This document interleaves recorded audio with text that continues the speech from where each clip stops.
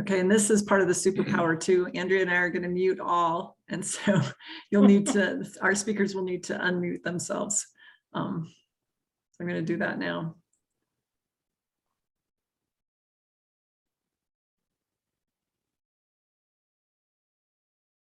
All right, I think we're ready to begin. Andrea, I muted you.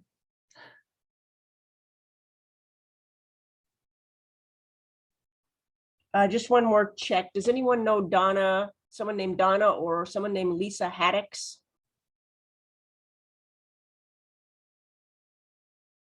Okay, thank you. Do you want to share the screen, Andrea?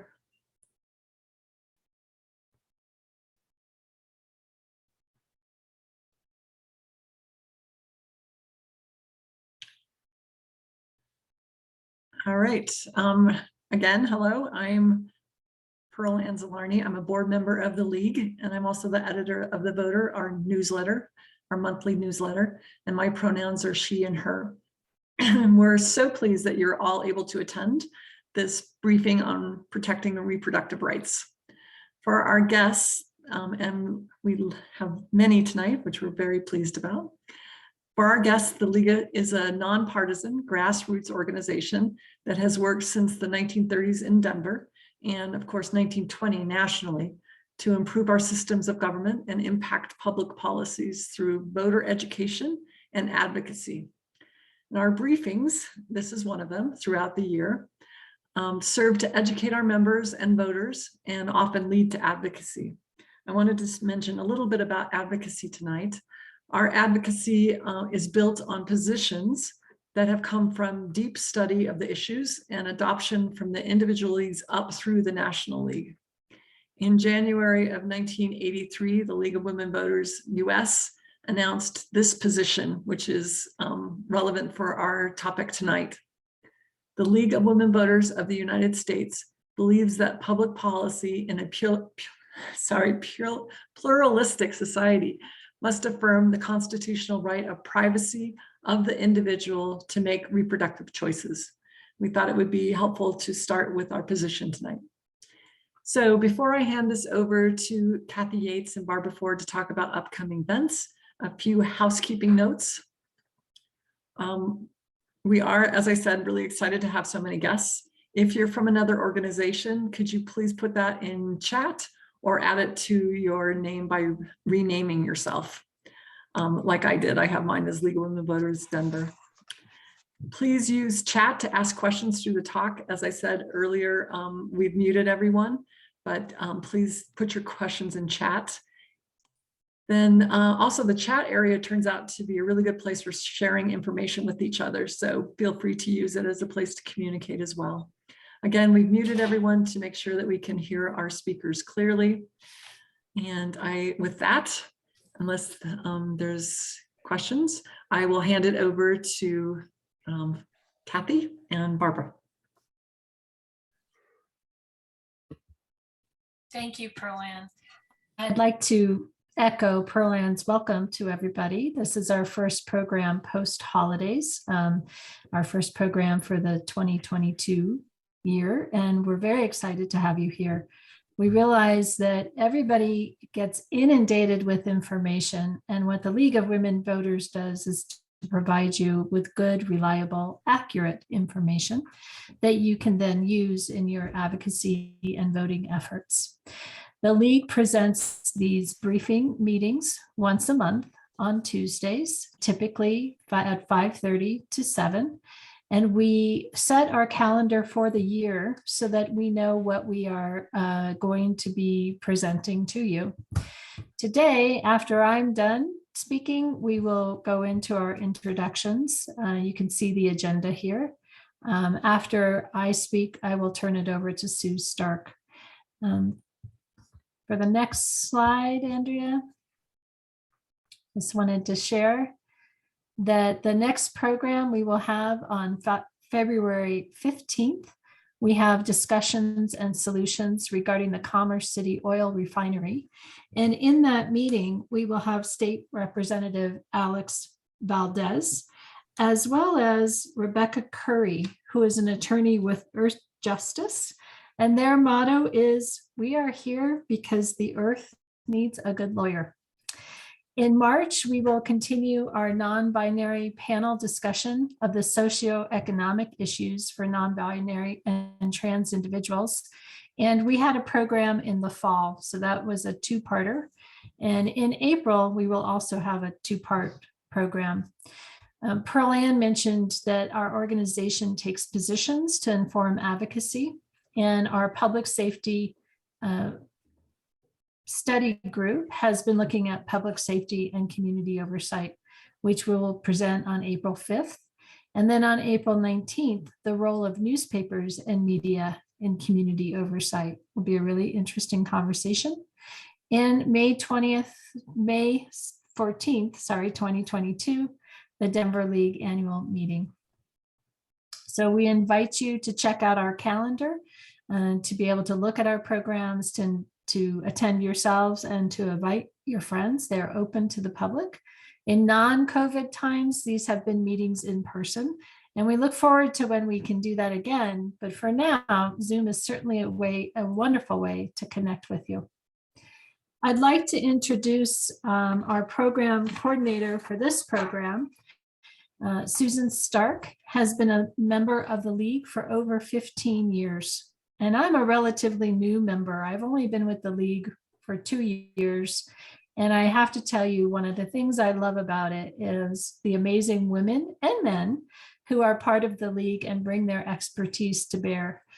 Susan has a master's in social work, and she practiced clinical social work for 30 years. And she taught at DU, the School of Social Work, focusing on older adults.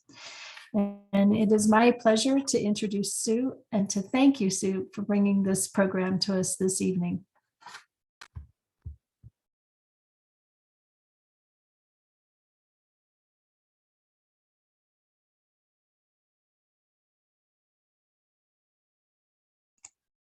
Hello, a third welcome to everybody who is here. We are delighted with your attendance. And if it were snowing tonight in the middle of winter, all of you would be so glad that we can do this by Zoom and that you don't have to get in your cars and drive to a meeting. So there are some wonderful advantages to Zoom. We have two wonderful speakers tonight, and I will introduce them. But I thought I would kind of take a little bit of a trip down memory lane to let you remind you, maybe many of you know this, that in 1967, Colorado passed a bill allowing safe, legal abortions in certain circumstances. This was the first law in the country liberalizing abortion regulations. It came 6 years before the Supreme Court found in Roe v. Wade that women have a constitutional right to have an abortion. And our legislation here in Colorado became a model for that of other states. Pearl Ann read you the position statement that came out in 1983 from the National League of Women Voters. I would add to that nationally and locally, leagues have been advocates for equal access to health care, specifically reproductive justice, for decades. Here are just a couple of statements from League. For those who experience pregnancy, our basic freedoms hinge on our ability to make choices about our reproductive health, our physical and psychological health, ability to gain and maintain employment, financial resources, and even what we can and cannot eat are all dependent on our reproductive choices. Another quote from League nationally. Reproductive choice is not only a dire issue concerning the rights of women and all people who may become pregnant, but one of racial and economic justice. Limits on reproductive health services disproportionately impact Black, Brown, and low-income communities, therefore upholding and perpetuating income inequality and white supremacy. Strong words. And I think all of you are aware, and one of the reasons we wanted to have this briefing on preserving access to reproductive health care is because of what's happened in the Supreme Court this year and the cases from Texas and Mississippi that are before the Supreme Court.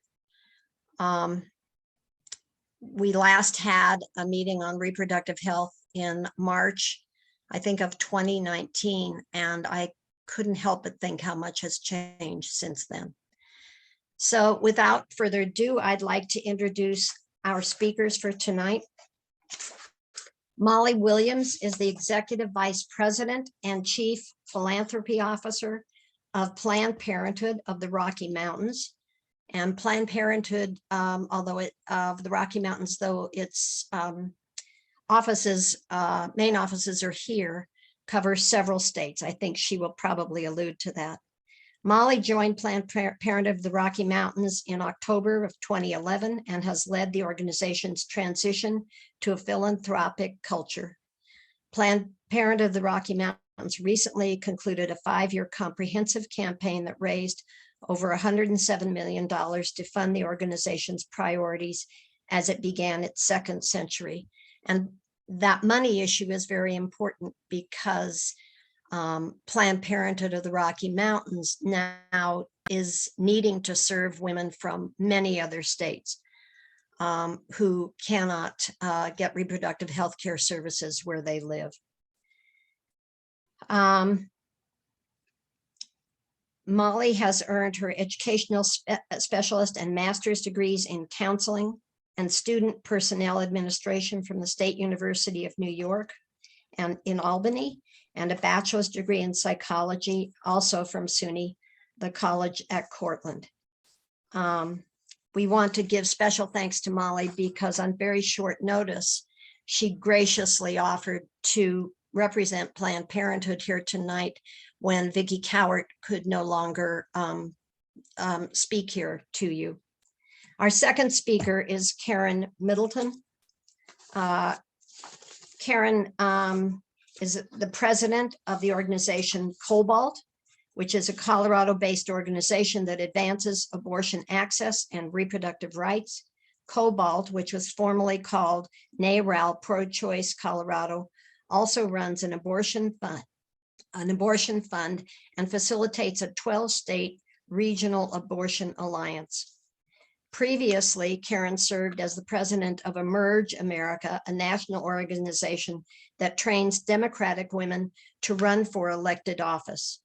Karen held elected office here in Colorado for 6 years in our legislature and on Colorado's elected State Board of Education. Here's her statement about Cobalt. Cobalt has a strong political advocacy and policy focus at both the state and federal level, while also supporting an abortion fund, an abortion practical support program, and we facilitate a 12-state regional abortion alliance. With more than 168,000 voters in our ranks, we are ensuring Colorado is a place where you can access abortion care. We are a safe haven state. Cobalt, Planned Parenthood, and 5 other organizations make up the Colorado Reproductive Health Rights and Justice Coalition, and they meet together often. So, Molly Williams, we'd love to hear from you.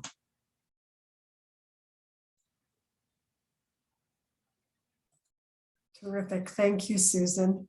Hello, everyone, and thank you for having me tonight. Molly Williams, and I use she, her pronouns. Just a quick overview of Planned Parenthood of the Rocky Mountains. We are a healthcare organization providing the full spectrum of reproductive healthcare services, birth control, woman exams, STI testing and treatment, HIV testing and preventative care. We also have a very strong sex education program where we train youth serving professionals, so teachers, school nurses, coaches in sex education. And then we also provide direct education in schools and at programs like the Boys and Girls Club. We have a strong public affairs program, and we also have an affiliate Planned Parenthood Votes Colorado, which is a C4 organization.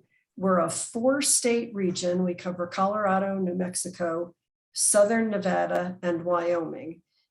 We don't have any health centers in Wyoming currently, but we do provide education there, and we run an abortion fund to assist Wyoming patients in accessing abortion care. As we were preparing for this briefing today, I thought back to the most common question we've heard from reporters who have been reaching out to Planned Parenthood in the last several months. And overwhelmingly, they want to know, are you anticipating or already seeing an influx of patients from Texas? And the answer is yes. And the trend actually even began to emerge a few days before Senate Bill 8 went into effect. So people were anticipating that law going into effect. And even before that, we had a pretty good sense of what to expect. As Karen mentioned in her statement, Planned Parenthood Colorado and our region is a safe haven for access to abortion care. Thanks in part to the political leadership of people like you who are here with us today and the advocacy you provide. Our neighboring and nearby states have restrictions, targeted regulations, bans, and other hurdles that make it difficult to access abortion. Texas is just a striking example of that. The past decade, Texas has enacted 25 abortion restrictions, and during that time, the number of health centers providing abortion care in that state dropped by half. And this year in particular, Texas isn't the only state building insurmountable barriers to abortion care access. 2021 was the most hostile year for abortion rights and access to abortion care since Roe was decided, with over 660 abortion bans and restrictions introduced across the country, and over 100 signed into law. But again, we had a sense of what to expect. We got a preview when the Texas governor declared abortion care non-essential in the early weeks of the pandemic in 2020. At the peak of that 5-week period, our health centers saw double the Texas patients in 1 week than would typically come to us in an entire month. And the numbers have trended in that same direction since the Texas ban went into effect over a month ago. To date, we've seen, pardon me, 572 patients from Texas in all of our health centers, including Southern Nevada. In September, the increase amounted to 130% increase in Texas patients compared to August. Our Park Hill Center in Denver has seen a 1,550% increase in Texas patients coming in the last month and a half compared to the same time period last year. And the same is true in our health centers in New Mexico. We're proud to be a safe haven that patients can turn to, but there's something fundamentally wrong with forcing people to leave their home communities to get health care. So I'd just like to ask you all to imagine the map of this country. On average, the Texas patient we have seen since Senate Bill 8 have traveled 650 miles one way to access abortion care. It doesn't stop people, banning abortion doesn't stop people from seeking abortion. It just makes it more difficult. And we think about patients that don't have gas money, reliable car, they have children at home, they don't have time away from work. And they are being forced to carry pregnancies to term against their will. And as Susan mentioned, I think it was Susan, but it might have been somebody else.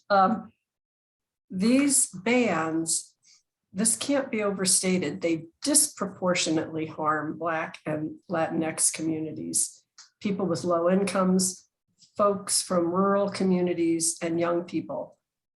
These are all people who already face immense barriers to healthcare access. For every patient who can make the journey to us for care, we have to think about the patients who can't. So at Planned Parenthood, we think about them every day. It's why our doors are open every day and why we will never give up. And we're grateful to you, the League of Women Voters, for being here this evening, focusing on this critical issue. Thank you. Thank you, Molly.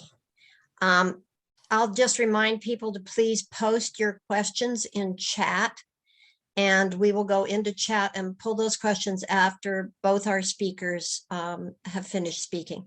Karen, would you unmute yourself and please let us hear what you have to say? Thank you, everyone. Thanks so much, Molly. It's great to see you. Appreciate you all coming out this evening. So I am going to flip to a deck, and I wanted to share, I'm going to share some information that we shared with stakeholders recently about a piece of legislation that we're working on in Colorado with our coalition. So give me, oh, wait a second. I have to hit share first. Hang on. My screen is disabled. Woohoo. Andrea, I think you need to help me with that. While we're getting started, and Molly touched on some of this, we are really at a crossroads, and I would just echo what Molly was saying about the fact that we already saw this coming. Texas was the most obvious sort of explosion of lack of access to care, but we have seen a dramatic rise in people needing to leave other states in order to access abortion care. It's taking them longer, and it is, I'm going to try one more time. Okay, now I have my screen. You should be able to do it. I have it now. Yep. Excellent. And I'm going to just pop up. You probably see my fancy mountain space that I don't get to go to. And I'm just going to go to the slideshow. Here we go.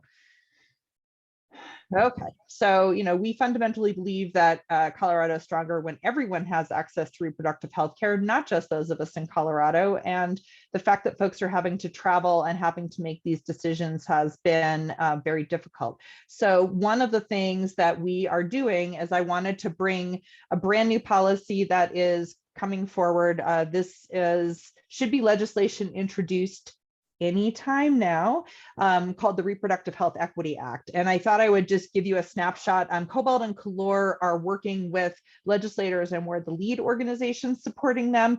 But let me be perfectly clear that all of the organizations in our coalition and an additional, there are 38 organizations have already signed on to support this from a broad base of groups. So we're working diligently to try to put into place policy that helps us protect and really affirm the fundamental right to access abortion care in Colorado, particularly at this moment where we're not, we sort of know what's going to happen with the Supreme Court, but we're not sure what it will look like on the ground, at least in the states around us. So let me just tell you what this is, what the bill is doing quickly. And since you are in a position to advocate and bring your voices to the table, I thought this would be most helpful to share the deck. That one, it asserts that reproductive rights are fundamental rights. So this is actually replacing something that was in the KCV Planned Parenthood decision in 1992 that both protected that right and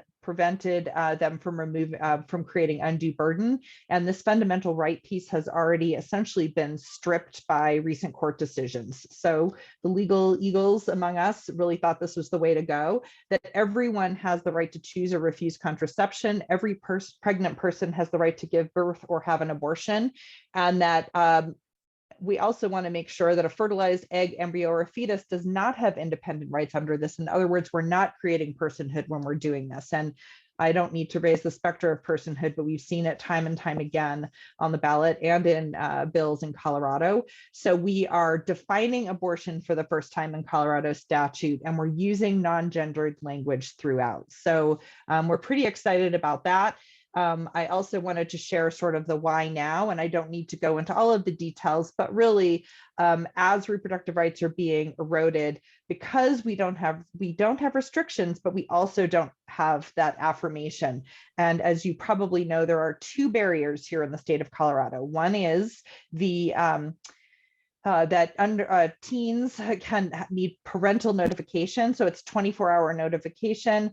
And there is a 1984 ban on any funding for abortion care using state dollars. And so these are our two big sort of barriers. We have judicial bypass that effectively works for young people when they need the care, although really we should try to figure out how to remove that. And then the bigger barrier is that state funding ban. And that is something that we've been working on diligently, and I'm hoping we can see overturned, not this election cycle, but maybe the next. So stay tuned for that one. I also, and you heard some of the national number of bills, but we've had 41 anti-abortion bills introduced and defeated over the last decade. And you've seen the anti-abortion initiatives. So it really never stops. And we're hoping that this protective layer of creating that fundamental right this year will be, that we'll be in a position to really positively affirm here in Colorado that we need to protect this right, particularly at a time when other states are really going in the wrong direction. It is the will of the electorate. It is a bipartisan issue. When we look at voter turnout consistently, we talk to voters of all parties, and we are seeing the same continued strong support year over year. Okay, so you also asked about the national landscape, and I want to just make sure to share the What If Roe Fell at the Center for Reproductive Rights is a great resource. I posted the link here, but if you just Google What If Roe Fell, you will find it. And it really does give you, and you can go down and click on the map and see what's happening on the states around us. So I want to mention one that we're concerned about is Kansas is running a ballot measure this year to try to eradicate the right to abortion care. I don't remember the specifics if it's total ban. It likely is, but that is, we're working with advocates over in Kansas, but Kansas right now has reasonable access, and that could be constrained. Utah 2 years ago reduced the gestational age, so it's harder to get an abortion later in pregnancy, and we have more people coming here. And that's the thing, is that some states you can access abortion care, but if you can't access abortion care after the first trimester, and you don't know you're pregnant, you don't have the access, you don't have the resources, you have to go a long way. By the time you find out you're pregnant, you may need to leave the state in order to access that care. And that's really putting people in a significant bind. So I wanted to share this resource of kind of what's happening, when it's happening. We use them a lot. I also had a few just sort of tidbits that I wanted to share based on what we hear whenever there is a crisis and another state has restricted abortion access. There is today a robust national network of people helping pregnant folks from Texas and other states who want to access abortion. Is it big enough? Probably not. Is it perfect? Probably not. But we get a lot of cries for creating a new network or opening my home. And I just wanted to share that the movement really tries to center the work on what the clients or patients need. As lovely as it sounds to go to open your home, and we don't need to be in a position to do that. We can pay for hotel rooms, we can arrange for rides, but imagine if you were having a medical procedure and then you were staying in the home of a stranger several states from where you live.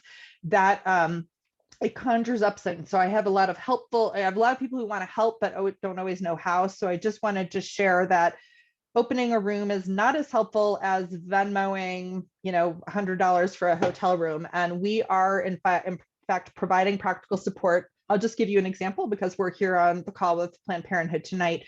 We we send approximately $5,000 a month from our abortion fund to Planned Parenthood for individual clients who needed that resource for abortion care. But we also will get a call and someone says, I need $200 for childcare. I need a plane ticket. I need a taxi, whatever it is. We also do provide that care for anyone who's coming to Colorado. And in fact, now anyone who we hear needs help, we are able to send those resources, and we can even send cash. So that really makes it more possible for people who are facing this uphill battle of getting an appointment, getting where they need to go, and needing certain things when they're here. And we're able to sort of backfill and navigate with people who are trying to help someone get there. So those resources exist, and the best way to support those is to actually make, either make a contribution or volunteer to be a driver, are usually the two things that help the most. So I always get asked that question. And I know we bristle. The notion of Underground Railroad and that comparison is really seen to be offensive. And I just always want to caution people. I know what you mean, and I know it comes from a place of care, but I also want to always flag and educate and just lift up that those are things that we're really trying to spread the word around. And I'm on Facebook, sort of putting it out there from time to time. So I thought I would just pass that to you. We do let clients and patients decide whether they want to ask. We had some questions about medication abortion and sort of what all that means. So you can decide if you want to access a medication abortion where you have you are given a prescription or given pills over, it's usually a 24-hour period between the first and the second, and how you get that, whether it's through telemedicine, advanced practice nurse, or through the mail with a video call. There are lots of ways that that is happening, but we also need to be sure that the client is deciding what they want. So the blanket solution is not just mailing pills into a border town by Texas, it's what do they need? And then we meet them where they are. So we are partnering with people who will mail pill. And there are all sorts of ways to do this legally. So we follow the law, but then make sure if whatever they need, we will meet them where they are. And we will work with the client themselves, we will work with the clinic. So if someone calls, I'll give you a real world example. In Salida, there's a Planned Parenthood clinic. We got into the habit pre-COVID of leaving gas cards at the front desk. So if someone got to the clinic and needed help with gas money to get home, there was a card there. So that's an example of what practical support is and how it helps kind of complete the circle when we're trying to get reproductive health care provided. There is a steady increase in the use of medication abortion. One of my doctors on my board, who's been practicing medicine since 1973, was speaking to some of my younger OBGYNs who are also board members about how much he's really seeing an increase in medication abortion and increase in acceptance. There are lots of, everyone, it's a newer method for some people who have been practicing for 50 years. And so trying to make sure that everyone kind of comes along, but it is considered best practice. It's incredibly safe, and I'm happy to try to answer questions, although Molly may be better prepared than me to answer some of those, but I'll tell you what I know, and that there are funds for abortion care and practical support, and I gave you some great examples, so I won't repeat myself. I do have some talking points, which I could share this. I don't know that I need to walk through this, but basically, these things because you share these core values in your policies and in your position, but that, we are really seeing that the thing that I always think of is across Colorado, the message that always resonates is that Colorado voters and Colorado citizens really believe that government should not be interfering in this decision. And that is sort of a fundamental base decision. These are a few other points that might be helpful to you that I can leave with you. And then also if you, and I brought this for you as individuals, that we do have a petition, which I can probably put in the chat. There are ways to do social media, letters to the editor, op-eds, telling personal stories, talking, especially in the smaller newspapers, and ways where you can engage locally if you have HOA newsletters or places where you like to engage with your network. We always encourage that. We always look for people doing testimonials and storytelling on this and any other policy. So I did want to just leave you with that. And then I think that's probably, so I'm going to stop sharing. And then the only other area that I really wanted to, hold on. Trying to get the stop share. The other area that I wanted to just make sure I touched on is that while we're in Colorado focusing on a Colorado policy option, the other policy that's moving forward at the federal level is called the Women's Health Protection Act. And that is an attempt to protect abortion care across the US. And it would protect abortion care up to the point of Roe, which is the point of viability established in Roe is 20 weeks, I believe, 20 or 22 weeks. So that is another piece of legislation that Congresswoman Diana DeGette and Congresswoman Barbara Lee from California have been working on diligently, and there is a lot of effort to get that moving. So you may hear about that, and that's another policy arena. One thing to think about is if we are a safe haven state, and let's say you've got a child in the military of someone of childbearing age, if they're stationed here and need access to abortion, they can't get an abortion on base, they have to go off base. Well, if they're in Texas, they have to come to a state like Colorado. So particularly around federal restrictions, if you think about people who are being assigned or deployed to certain states and then not having access, it's not just people who are deciding to live in states, it's also people who are relocated to states. And that lack of even access, the fact that you have to travel, again, echoing what Molly said, is just fundamentally unacceptable and something we need to continue to push back on. With that, I will stop and be happy to take questions along with Molly.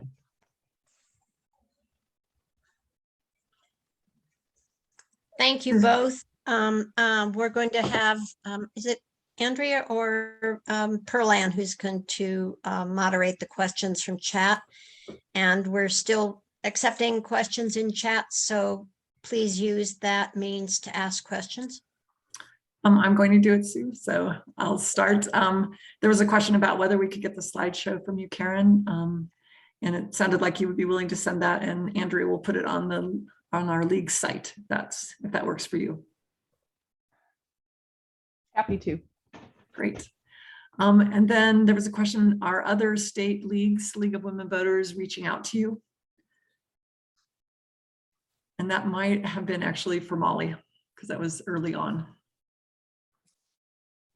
I have not heard that specifically.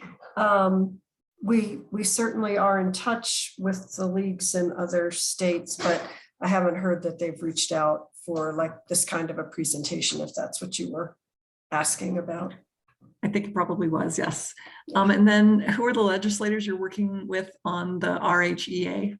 Do you say RHEA? Is that the acronym? RHEA, yes. RHEA, And let me just okay. pause because Araya Bolaños Perea is with Calor. She's with communications, and she's actually just put the petition link in the chat.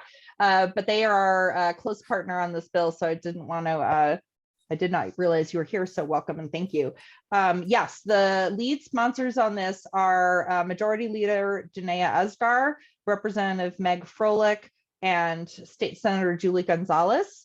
I'm pleased to report, as of the last time I got the count, we had, unfortunately, this is elected officials are more controlled by what their parties will allow them to do, at least one of them. So we have every Democrat except Representative Don Valdez on the House side, and we have 16 senators on the Senate side. So we have very strong support and broad support early, which is really the first time I've seen this level of very broad support. So thank you for that question.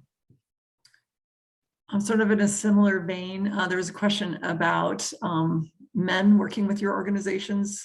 As we said, League of Women Voters, we have male members as well. So what's the participation from them? I have men, women, non-binary individuals. We have a lot of support across at least across the organizations that we work with, across each of our organizations, among both staff and board members for sure. And then the organizations that have signed on. So I would definitely say I see more women specifically engaged in this issue over time, but I also see tons of allies and accomplices, lots of legislators who step up and say, how can I help? I am happy to support you. And I think that's consistent across each of the organizations that we're working with. There was an abbreviation on one of the slides that said LT. I'm sorry, Molly, go ahead. Oh, no, go ahead. No, you should. So I would just add, same for us. Our board has a number of men. A lot of our donors are men, partners are men, as well as non-binary. So yeah, good support across, but leans heavily women. So there was one of the abbreviations in one of the slides was LTE, and it was answered that it's letter to the editor. So that was in there for those of you who aren't reading the chat.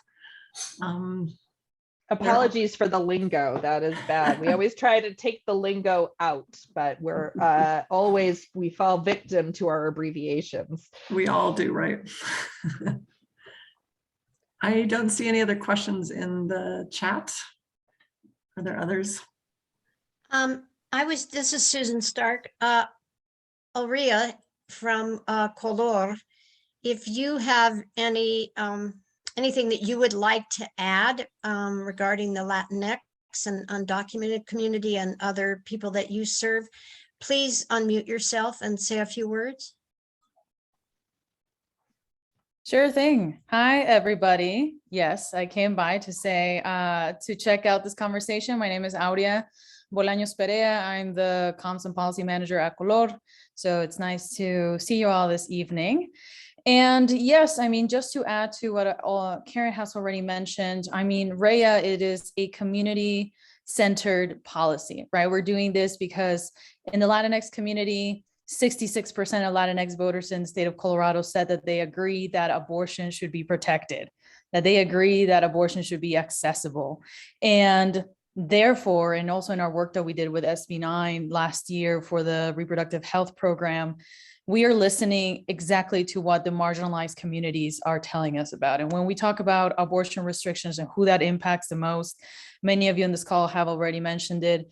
It is communities of color. It is our communities in rural areas, folks in low income, LGBTQIA, our undocumented community. And REA is the answer to many of their asks. When they're talking about their fear of not knowing if they're going to be able to access abortion care, REA, that's why it's so important to pass that now here, because we must be able to protect our communities and to be able to give them exactly what they asked for, to have legal protection under our Colorado statute. So that is my other two cents, specifically speaking on the Latinx community, on the reproductive justice lens, right? If we're seeking equity and justice for all, then reproductive justice has to be part of that. And somebody did ask, it said individual sign on to support the policy. Yes, it is. So yes, that would be adding your name, essentially like, my name is Aurea and I support REA to pass now. So share with your community, share with folks that you know support this cause, and with your numbers and your names, we know that that's going to take us to the finish line. And let me just say that if I could just tag on that, the reason that we decided, one of the reasons we decided to move this policy this year was because Color was able to successfully pass a bill last year that expanded areas of reproductive health care after we together and separately had really seen a lot of failures. And I just can't emphasize enough that it's community voices across the state.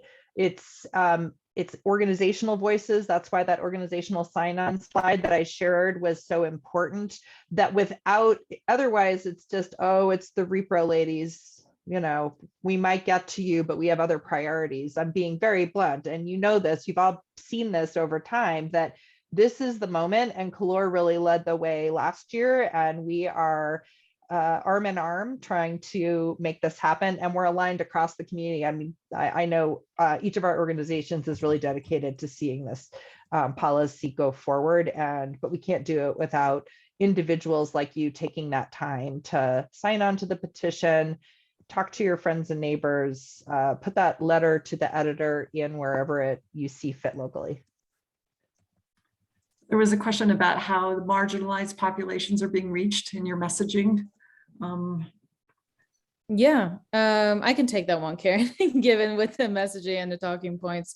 So we are very grateful that across the 38 organizations that we received endorsements from, many of them are organizations that have offered their support on messaging and talking points for us in order to have an intersectional message.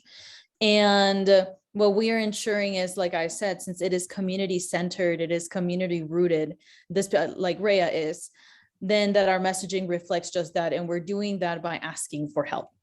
We're doing that by going to the experts in various different branches, is not just health, but environmental, political activism, organizers, and hearing them and what they have to say, what they want from Rhea, what their wishes are. And when they send us that messaging, when they send us their mission and their values, we incorporate it into the talking points that we're sharing with our partners. So it's truly a collective effort, and centering the marginalized voices at this, for this legislation especially. So that is what we are doing. And I'm happy to put my email in the chat in a minute if you would like to talk, if you have any pointers. Given again that communications is part of my role, I am very open to these discussions. Yes, and I will add links again. And the petition is all online, right? We're old school, so we think about paper, so it's all online. Hey, listen, if it wasn't a pandemic, you already know we'd be going door to door for this. Of course. But yes, it is online, but many of you here, I'm pretty sure, have an Action Blue account. And if you have signed petitions already, and the website is real quick about picking up your information. So yes, I will put the link for the petition once more in my contact info if any of you want to connect with me. So are abortion medical professionals here in Colorado concerned about the part of SB 8 in Texas that can sue people assisting those seeking abortions?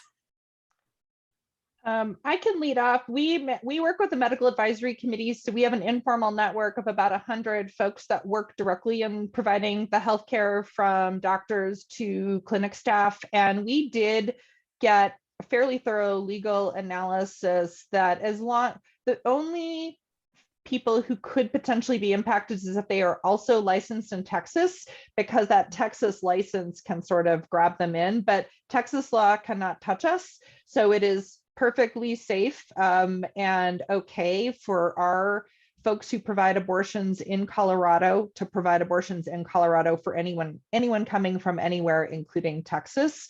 We've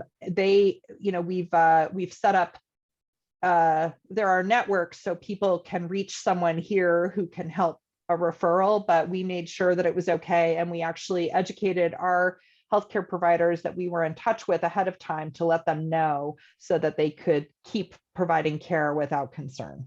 And Molly, you may be able to add to that from your— Yeah, just very briefly. Thank you, Karen. I'm glad you did that work. Planned Parenthood's legal eagles also looked at it very closely and assure our docs of the same, that they are safe as long as they're not licensed in Texas. So they're not. Is there psychological care offered as part of the support you talked about earlier, Karen? There are some resources available around referrals. So there are a couple of national hotlines called All Options. There are local organizations that are happy to try to provide care. And I would say that my understanding is that the clinic staff really spend a lot of time with anyone they're taking care of and really make that patient-centered. So if there's a need for psychological support, they really try to identify that as part of the care that they're providing. So it's not anything our organization would do, but we would work with people that could help provide that support. You may be familiar with the Religious Coalition for Reproductive Choice, which closed its doors this last year. Used to have a line if you want to talk to a person of faith. So not the same as psychological care, but sometimes it's that comfort care or wanting to talk to someone. There is a national network that with a hotline that allows people to get that if they need it. there was a suggestion that we should all be reaching out to sororities, urban league, chambers of commerce with these talking points. So I thought I'd mention that too in there. Thank you, Wanda. We agree, and we are in the process of doing some of that outreach within our organizations collectively. How about the undocumented community members who want access to abortion? How difficult is that? I can take that from Planned Parenthood's standpoint. We don't ask. So anyone who comes to us can access care. And we have, Karen mentioned the abortion funding they provide. We have been very fortunate to have a lot of support for what we call patient assistance funds.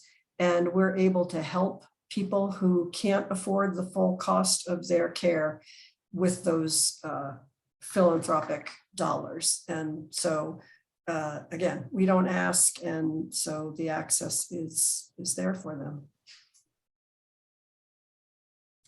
Sue, I don't see any more questions in the chat. We'll give you one last chance. Anybody else have any questions? Patty put in a question about LAC. Do we have a lobbyist that addresses reproductive issues? That's for League, I believe. And I don't know off the top of my head. Marge, do you know that? Or Pam, do you know if we have a lobbyist around reproductive health from League? This is Frank. This is Frank Bennett. We always have. I haven't been active on LAC for the last year or two, but there have always been a number of people who were active in this area. Thank you, Frank. Any other questions? Any other concerns? What the Denver League does is we we are broken up into smaller groups called units. And after we have a briefing, we take back the information that has come from the briefing to our units and discuss what was discussed tonight there. There are obviously some people who cannot come to a briefing like this, or who are not as comfortable with Zoom. So I would just ask any of you who are with other leagues in other parts of the state, or if you are part of another organization, that could be a religious-based organization, or that could be a women's organization, any of those places that you are a part of, in addition maybe to being part of League, or who are guests here who are not members of League, please take discussion that we've held tonight and bring it to the attention of other people. I think somebody suggested the sororities and places like that. Please give out this information. This is crucial. And please let people know about the bill, the RIA bill that's going to be proposed in the Colorado legislature, and urge people to support that. We like to plant seeds in League, whether it's about registering people to vote or about other crucial issues that affect people in our community. So we invite you to do that. I want to give special thanks to both Karen and Molly. Your presentations were excellent. We have a lot of good information to take back and think about. And I thank everyone who attended tonight and who went through our very first time of registering attendees. Next time it's going to be easier and simpler. Take care, everybody. Stay safe. We appreciate your being here. Sue, I also wanted to mention that we'd love it if any of our visitors join us in the League as we do our important work in supporting all of these positions that we've taken. Right. And, you know, I'm a member of other organizations. And so I take what I learn in League to those organizations, and I bring back to League what's happening in other organizations. So if you would join League, then you provide that bridge to other places in the community, and you provide us with a bridge to organizations that we might not know enough about, or have a good, solid communication relationship with. Thank you for that reminder. Take care, everyone. Thank you. This is great.